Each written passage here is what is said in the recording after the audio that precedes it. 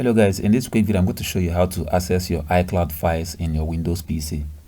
Here's how to do it. Go to your Chrome and visit this website, iCloud.com. Here you need to sign into your iCloud account. I already did that. So when you sign into your iCloud account, from there you can access your photos, your mail, your drive, which are your files and your file manager, your notes apps. You can also access Find My Device network over here.